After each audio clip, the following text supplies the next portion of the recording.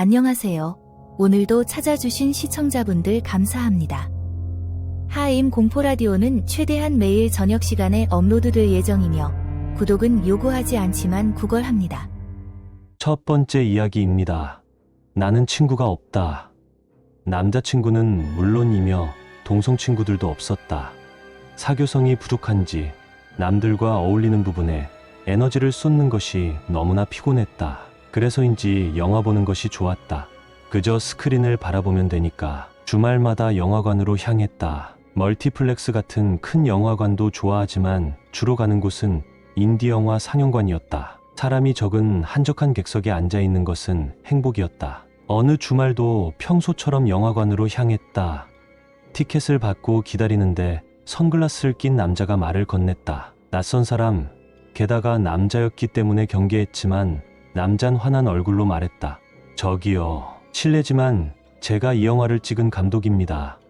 혹시 보고 나서 감상평을 들려주실 수 있나요? 네.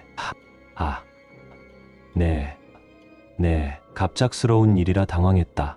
평소 남자와 대화할 일이 없는데 더욱이 감독이라니. 남자의 미소에 매료되어 얼굴이 빨개지는 걸 느꼈다. 그날 본 영화는 B급의 공포영화였다. 주인공인 여자가 남자에게 납치되어서 창문도 없는 밀실에 감금되는 내용이었다. 영화는 별로 마음에 안 들었다. 고어적인 연출을 좋아하지 않았기 때문에 남자의 미소가 계속 떠올라서 남자에게 뭐라고 이야기할지 그 일만 계속 생각했다.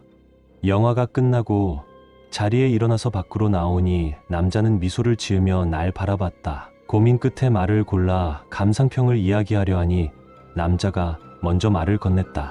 이 근처에 제 사무실이 있어요. 차기작을 위해 설문조사 겸 감상을 이야기해 주실 수 있나요? 데뷔작이다 보니 여러모로 신경이 쓰여서요. 물론 길게 시간 쓰진 않고 시간 내주신 것에 대해 사례도 드리고 싶어서요. 남잔 영화를 제작하며 겪은 일에 대해 즐겁게 이야기해 주었다. 그렇게 이야기를 나누며 영화관에서 조금 떨어진 건물로 안내했다. 엘리베이터가 20층에 올라가는 중 남자가 쑥스러워하며 물었다. 아까 제 영화 어땠어요?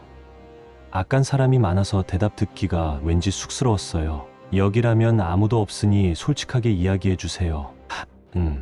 단순한 이야기지만 오히려 공포영화다 보니 직설적인 것이 좋았어요. 하지만 여자가 결국 밀실에서 괴로워하다가 죽는 내용이라 감독님의 의도가 궁금해요. 뭘 전달하고 싶으신 거예요? 땡. 마침 엘리베이터 문이 열렸고 남잔 대답하지 않았다. 여전히 부드러운 미소를 띤 채 문 앞에 데려왔다. 문 앞엔 제작사 이름이 새겨져 있었다. 남잔 열쇠로 문을 열어 나를 사무실 안으로 이끌었다. 사무실 안은 컴컴했다. 낮임에도 불구하고 방에는 커튼이 쳐 있었고 그녀가 돌아보니 남잔 자신의 몸으로 문을 지탱하며 핸드폰을 받고 있었다. 미안해요. 작업 관련해서 연락이 왔네요. 조금만 기다려줄래요? 남잔 속삭이듯 내게 말했고 나는 실내를 둘러봤다. 사무실엔 별다른 가구가 없었다. 책상 하나와 의자 몇 개, 이상하게 주방이나 화장실도 안 보였다. 그냥 원룸 하나였다. 생각해보니 처음 온 것 치고 묘하게 낯익은 방이었다. 창문이라도 열까 해서 창가에 다가섰고 커튼을 젖히자 벽이 있었다. 뒤돌아 남자를 쳐다봤다. 그는 처음에 봤을 때 보여준 그 상냥한 미소를 지으며 현관 밖으로 가니 조용히 문을 닫았다. 순간 당황스러워서 손에 있던 가방을 떨어뜨렸다. 현관문 안쪽엔 손잡이가 없었다. 그제야 생각이 났다. 이 방이 왜 낯이 익었는지. 두 번째 이야기입니다. 저희 어머니께서는 작은 상가를 운영하고 계십니다. 근데 몇 년 전쯤 온라인 게임들이 대단한 인기몰이를 하며 PC방이 엄청나게 생겨날 때쯤이에요. 계약 기간이 끝남과 함께 젊은 부부가 PC방을 운영하겠다며 상가 임대를 문의했는데 그 부부에겐 어린 딸이 있었고 두 부부는 굉장히 성실해 보였다고 합니다. 자리를 내준 저희 어머니도 이리저리 바쁘시다 보니 자리를 내준 이후에 자주 찾아가 보시지는 않으셨기에 큰 신경을 쓰지는 않으셨다고 해요. 근데 어느 날 갑자기 청천벽력 같은 소식을 들었습니다. 그 젊은 부부는 남편이 회사에서 일하고 부인이 PC방을 운영했는데 부인이 온라인 게임에 중독되어 폐인처럼 지내다가 게임을 하던 도중 심장마비로 세상을 떠났다는 겁니다. 장례가 끝나자마자 남편은 PC방을 운영하기 힘들다 하며 계약금을 물어주면서까지 나갔고, 불량한 일을 당한 터라 저희 어머니도 위로하며 아무 말 없이 보내드렸고, 그 자리를 대신할 사람을 위해 광고를 냈습니다. 근데 그 남편 집이 나가고 난 뒤 무려 4달이 넘도록 상점이 주인을 못 찾았습니다. 자리가 워낙 좋다 보니 임대를 낼 때마다 금방금방 나갔는데, 이번 경우는 정말 통 나가지 않더랍니다. 아무래도 이상하다 싶었던 어머니는 용하다는 점쟁이를 찾아가 끔찍한 이야기를 듣게 됩니다. 뭔가 시커먼 게 대문 앞을 가로막고 있어. 그 자리에 얼마 안 돼서 갑자기 죽은 여자 하나 있지? 그년이 회박 놓고 있는 거요. 배고파. 죽은 귀신이요. 잘 먹여서 보내면 될 끼야. 근데 이 상황에 어찌 붙어 있는 거지? 원래 저희 집은 조상신이 있다 보니 잡귀들을 쫓아냈거든요. 점쟁이 말은 마치 눈으로 다 보고 말하는 것 같았습니다. 온라인 게임에 중독된 사람들은 끼니도 막 걸러 게임을 하기 마련인데, 죽은 부인도 마찬가지였으니까요. 그래서 밤에 어머니는 전에 불 꺼진 PC방으로 미역국에 밥을 말아 한 대접 가득히 들고 찾아가니, PC방 안은 마치 쓰레기장처럼 각종 쓰레기 더미들로 가득하더랍니다. 정신이 없었겠지 하며 아무 말 없이 같이 간 이모, 삼촌과 함께 손전등을 비추며 쓰레기를 치우던 중 이모의 비명 소리에 깜짝 놀라서 전에 죽은 PC방 여주인이 살던 방을 가보니 그 점쟁이가 이상하게 여긴 점을 알겠더랍니다. 어둠 속을 전등으로 비춰보니 딸이 가지고 몰았듯 싶은 인형이 거꾸로 서 있었습니다. 그 모습을 본 이모님께서 말씀하시더라고요. 남편이 왜 그리 서둘러 갔는지 알겠어. 이 인형에다가 죽은 마누라가 붙어 살라고 일부러 두고 간 거구만. 안 그럼 이 인형을 뭐하러 일부러 놔두고 가겠어. 얘가 몰래 와서 소금을 대문 앞에 계속 뿌렸는데도 계속 붙어 있어 이상하다 싶었는디. 세 번째 이야기입니다. 유치원 때 있었던 이야기입니다. 우리 유치원엔 킹킨상이라는 사람이 있었습니다. 그치만 누구한테나 보이는 게 아니고 우리 반에서 절반 정도만 볼 수 있었어요. 저는 킹킨상이라는 존재가 보이지 않았기 때문에 그 이야기가 화제에 오를 때마다 어떤 사람인지 아이들에게 물어봤어요. 하지만 보인다는 친구들도 잘 모른다고 대답할 뿐 자세한 설명을 들은 적은 없었어요. 처음엔 나에게 일부러 가르쳐주기 싫어서 그런가 싶었지만 아무래도 정말 모르는 것만 같았습니다. 보이는 친구들이 내게 했던 말은 확실히 보이긴 하지만 그걸 말로 설명하기에 어려워. 그러다 어느 날은 선생님께 킹킨상이라는 존재에 대해 물어봤습니다. 아이들 사이에서 화제였으니 당연히 알고 있으리라는 생각이었습니다. 하지만 선생님은 킹킨상?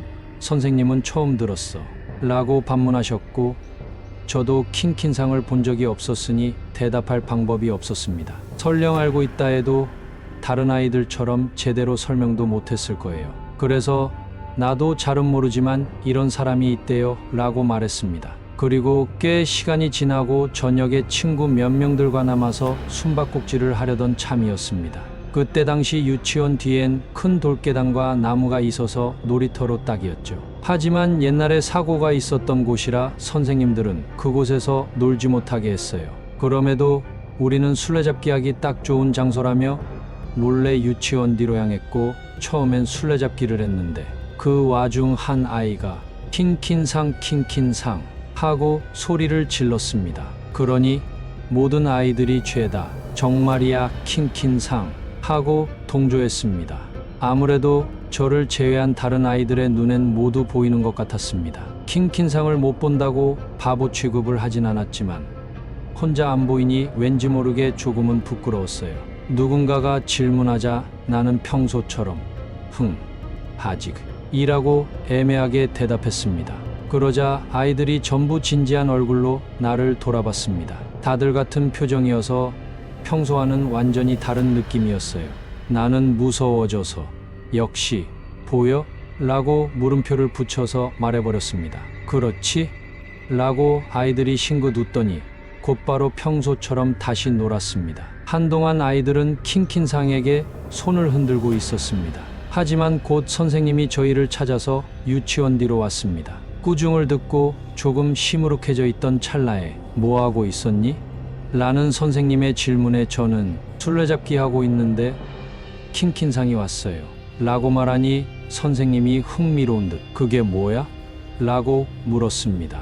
근데 평소라면 얼마든지 이야기해주던 아이들이 어째서인지 두 눈을 양손으로 가리고는 안 보여요. 몰라요. 라고 말하기 시작했습니다. 저는 처음 보는 광경에 멍하니 서 있었는데 옆에 있던 아이가 손가락을 살짝 벌려서는 나를 진지한 시선으로 바라보는 게 느껴졌습니다. 선생님은 더욱 신경이 쓰인 듯 가르쳐줘 라며 캐물었습니다.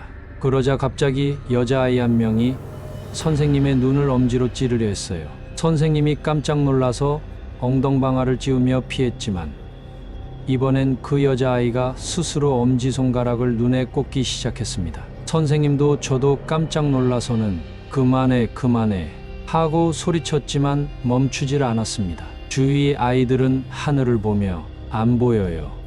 몰라요. 만 말하고 있고 몇 분이 지나니 여자아이가 정신을 차렸는지 아파 하면서 울어댔습니다. 근데 그런 상황에도 여전히 주위 아이들은 신경도 쓰지 않고 멍하니 있을 뿐이었습니다. 선생님은 여자아이를 서둘러 양호실로 데리고 갔습니다. 나도 따라가려는데 등 뒤에서 아이들이 다 같이 쿵 하고 휴대폰 진동 울리듯 소리를 냈고 그 후 소동이 일어 부모님들까지 불러왔지만 결국 원인은 밝히지 못했어요. 그리고 일주일이 지나서 그 여자아이는 이사를 갔습니다. 아침에 갑자기 선생님이 그 사실을 알렸고 인사 안 하고 떠났습니다. 그 여자아이는 두 눈을 붕대로 가리고 있었고 그 아이 어머니도 함께였습니다. 나는 지금까지 고마웠어. 다른 곳에서도 힘내 라고 말했습니다. 하지만 그 아이는 킹킨상한테 거짓말하면 안 돼 라고 말해 나는 움찔했습니다. 그 아이의 어머니도 몇 번 본 적은 있었는데도 왠지 딴 사람 같이만 느껴졌어요. 마지막에 손을 흔들자 작은 목소리로 한마디를 하더군요. 굉장히 기분이 나빴습니다. 죽어버렸으면 좋았을 텐데.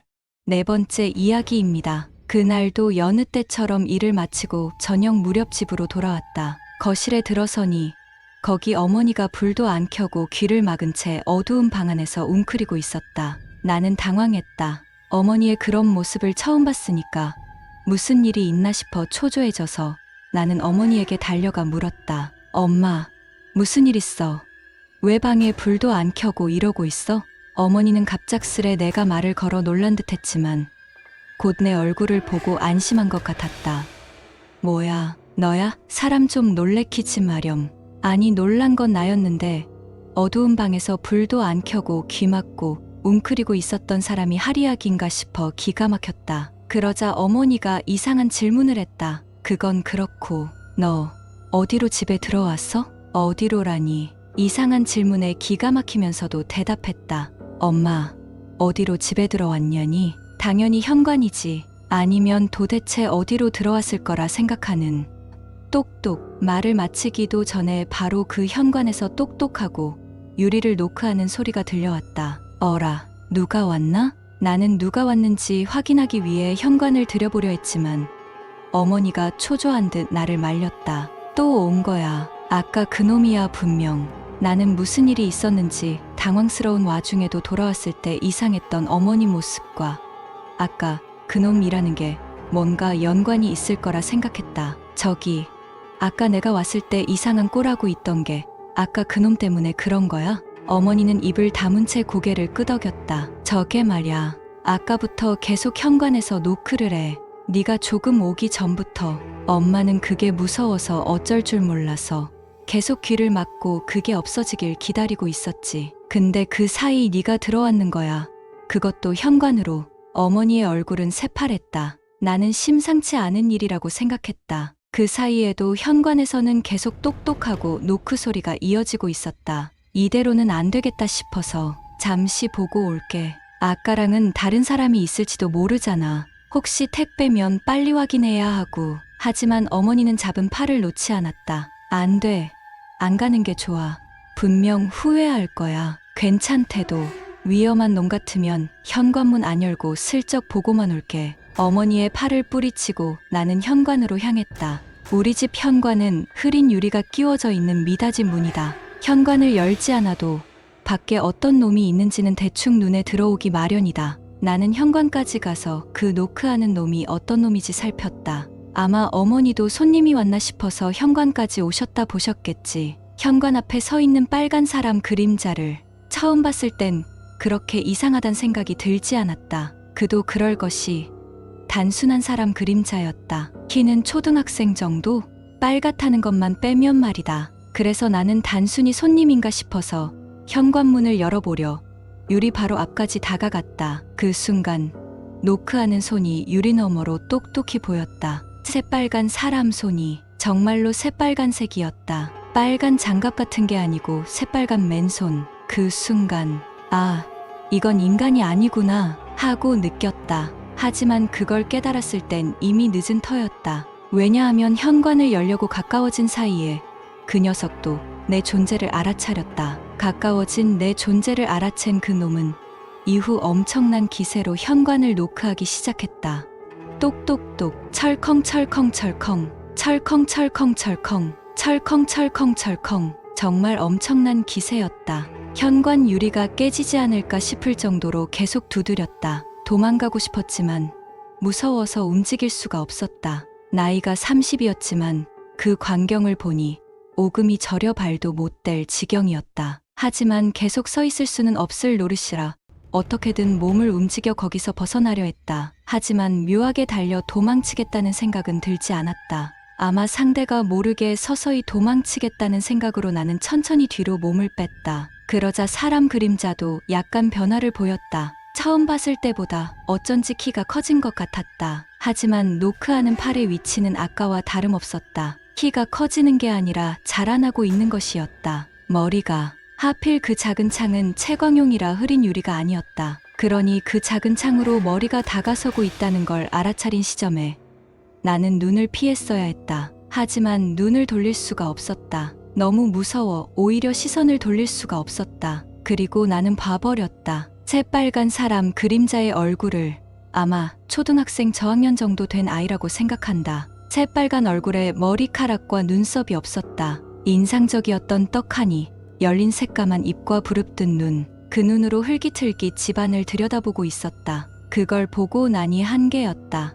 나는 으아악 하고 소리 지르며 도망쳤고 거실로 가서 어머니와 함께 귀를 막고 덜덜 떨었다. 얼마나 시간이 흘렀을까.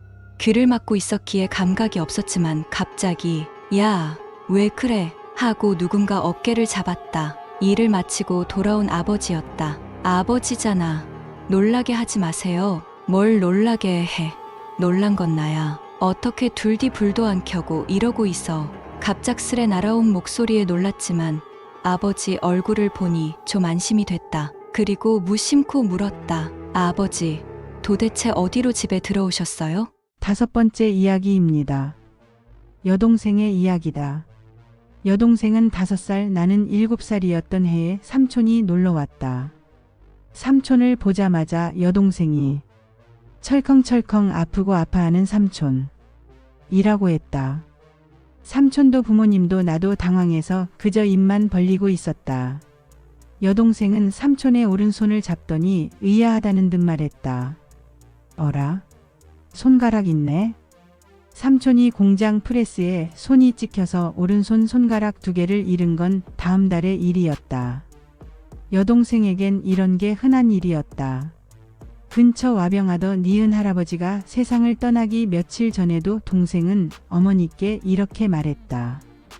그 집 할아버지 장례식에서 엄마가 검은 옷 입고 있는 거 봐서 도중에 비가 와서 흠뻑 젖었어. 마치 보고 온 것 마냥. 실제로 장례식 도중에 비가 쏟아져서 어머니는 흠뻑 젖어 돌아오셨었다. 이런 일들은 스스로 알게 되는 게 아니라 같이 노는 이짱이라는 친구가 가르쳐준다는 것이었다.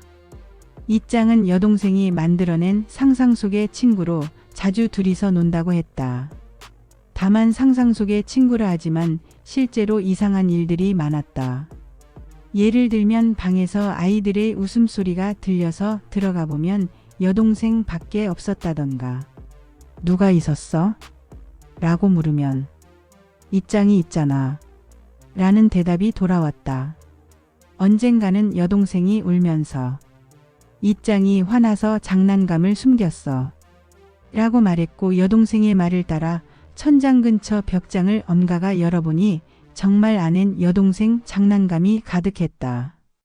어린 동생은 물론이며 2살 더 많은 나도 손을 댈 수 없는 장소였다. 이짱은 10살 정도 된 여자아이로 피부가 희고 귀엽다고 했다. 다만 화가 나면 눈이 새하얗게 바뀌고 머리가 부푼다는 괴상한 표현을 썼다. 그리고 여동생이 10살이 되던 해 이짱을 화나게 해버렸어. 이짱이 화가 나서 사라졌어. 더는 용서해주지 않는데 라고 말하며 흐느껴 울었다. 왜 친구가 화가 났냐고 물었더니 이짱이 같이 가자길래 싫다고 말했는데 무섭게 화를 냈어. 그러더니 함께가 아니라 너 혼자서 가버리라고 말하고는 사라졌어. 그렇게 말하며 흐느껴 울었다. 그리고 며칠 뒤 여동생은 고열로 인해 입원했다가 2개월 뒤 의료사고로 세상을 떠났다. 여동생이 죽은 것과 이짱이라는 존재가 어떤 관련이 있는지는 모른다. 다만 죽기 하루 전 방귀퉁이에 이짱이 있어. 라며 울며 호소하던 여동생의 얼굴은 지금까지도 잊을 수 없다. 6번째 이야기입니다. 나는 자주 가위에 눌린다. 이상한 것이나 귀신도 종종 보기도 한다.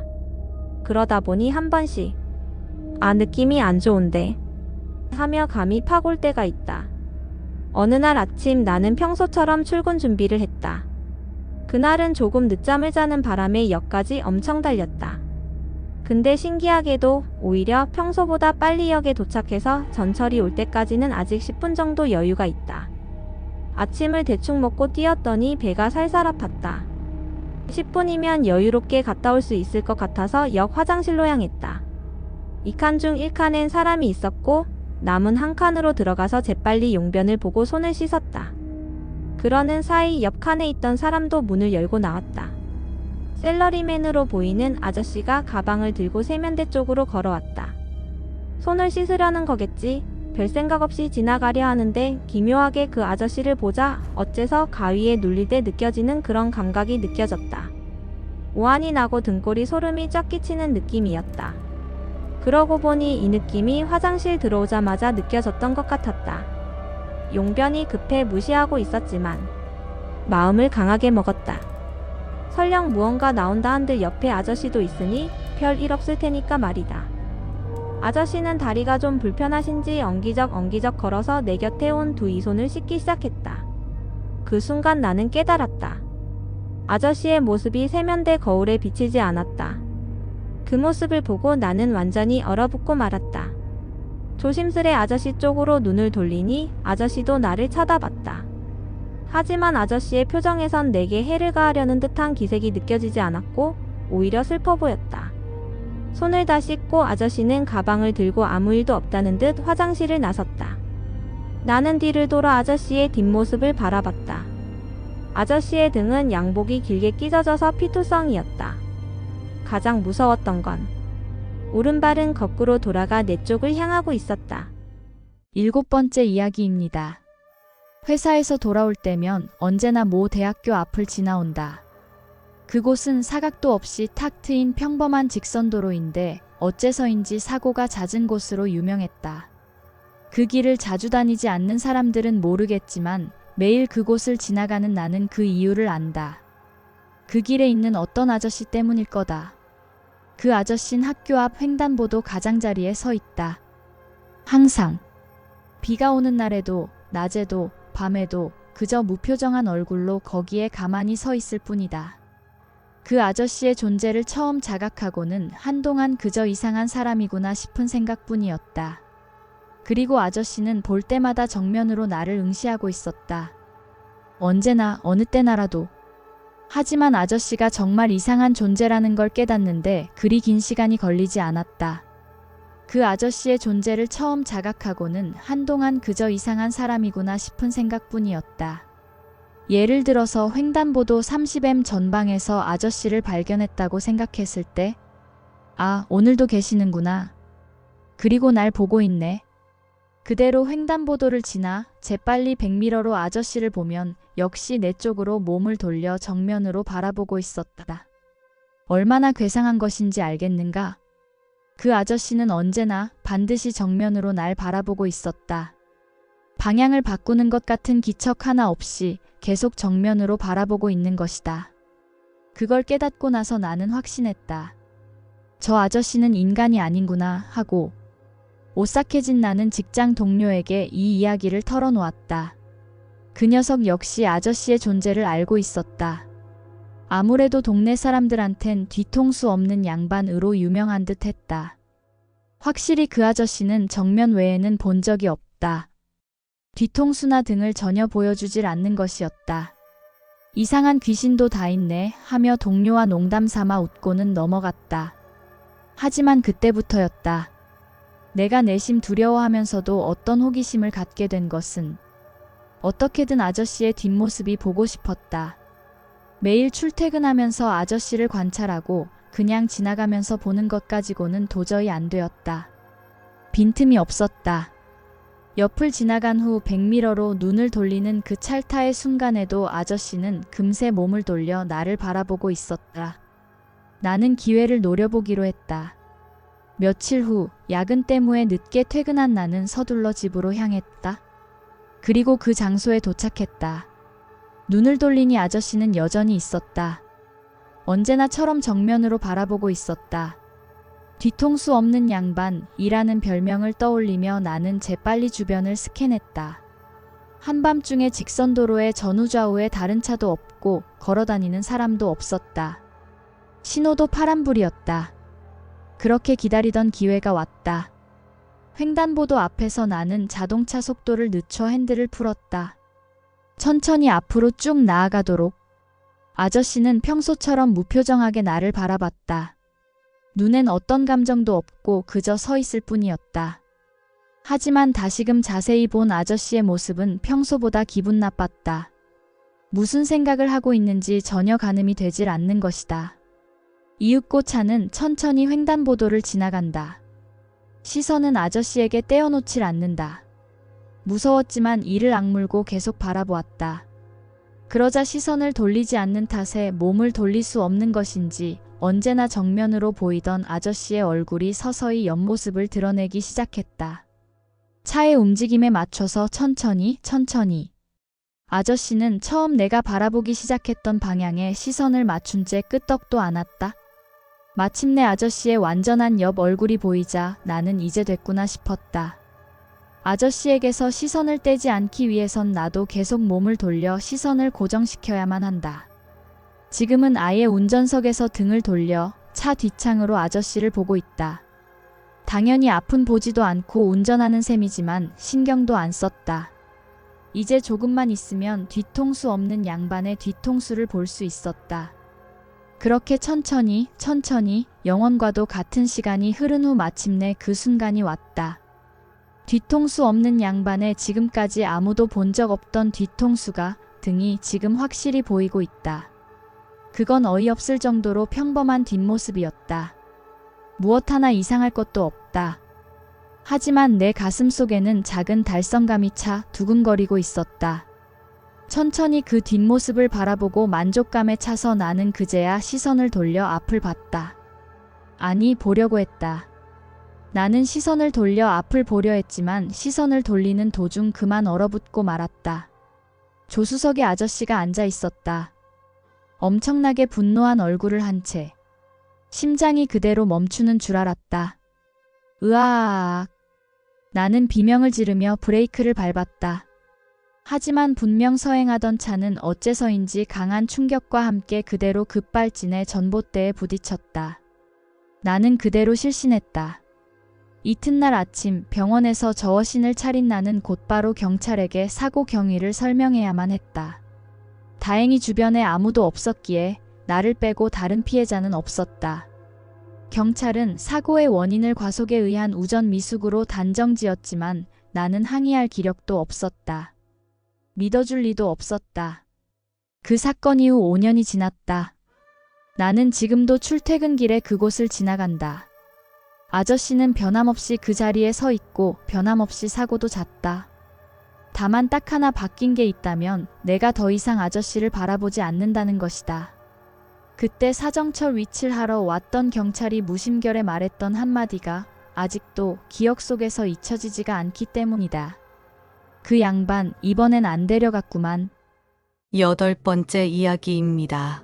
작년 5월에 헤어진 전 여자친구 이야기다. 헤어진 이유는 전 여자친구가 바람을 피웠다. 헤어지고 3달 뒤인 8월에 전 여자친구에게 전화가 한 통 왔다. 다시 만나고 싶다고 했다.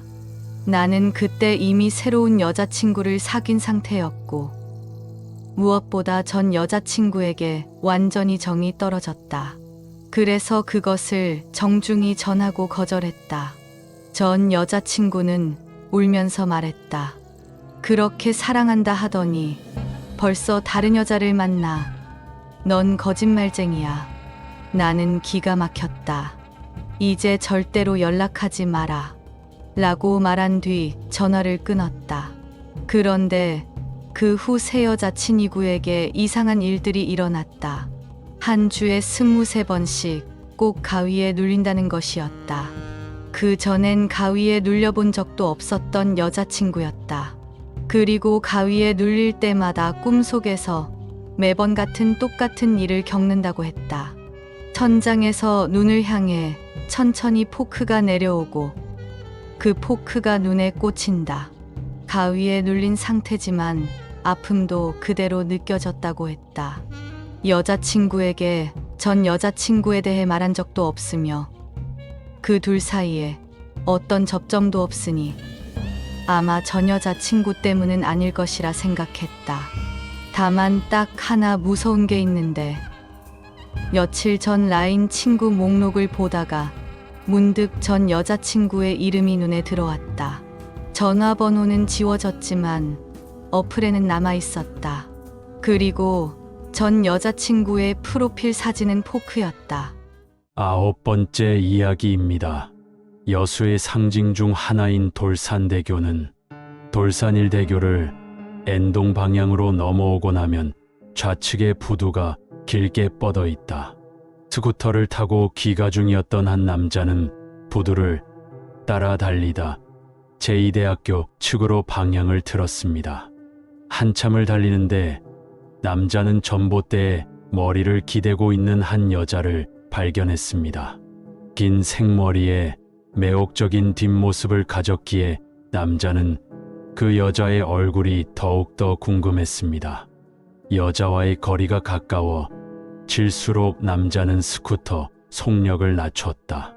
그리고 여자의 옆을 스쳐가는 그 순간 여자는 휙 고개를 돌려 남자의 얼굴을 쳐다보았다. 남자가 본 여자의 눈은 새빨갰으며 입을 쩍 벌리고 있었다.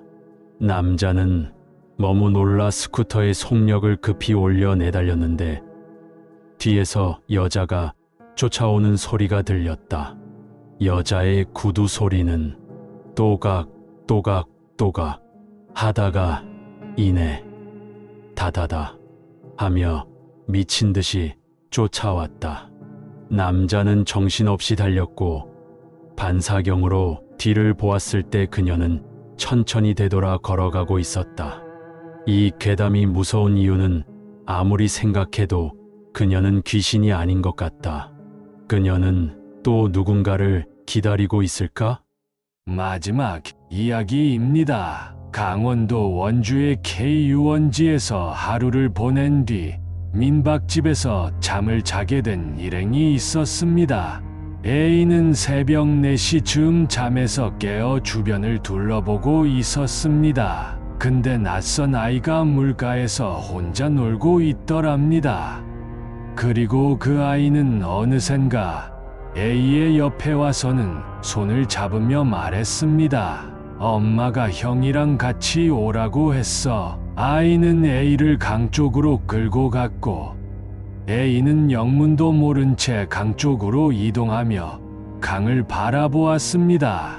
그리고 두리번거리며 아이의 보호자를 찾고 있는데 아이가 향하는 곳은 다름 아닌 강이었는데 긴 머리의 여자가 수면 위로 얼굴만 내놓은 채 A를 바라보고 있었습니다.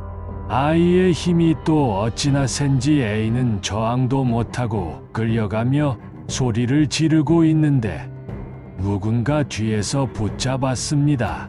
뒤를 돌아보니 민박집 아주머니셨고 아주머니는 강을 바라보며 외치셨습니다. 형주 엄마 그만해. 남편도 애도 데려갔으면 이제 됐잖아. 그 순간 A를 붙잡던 모든 것들이 사라졌고 후에 A는 아주머니께 사연을 여쭙지만 대답을 들을 수 없었다고 합니다.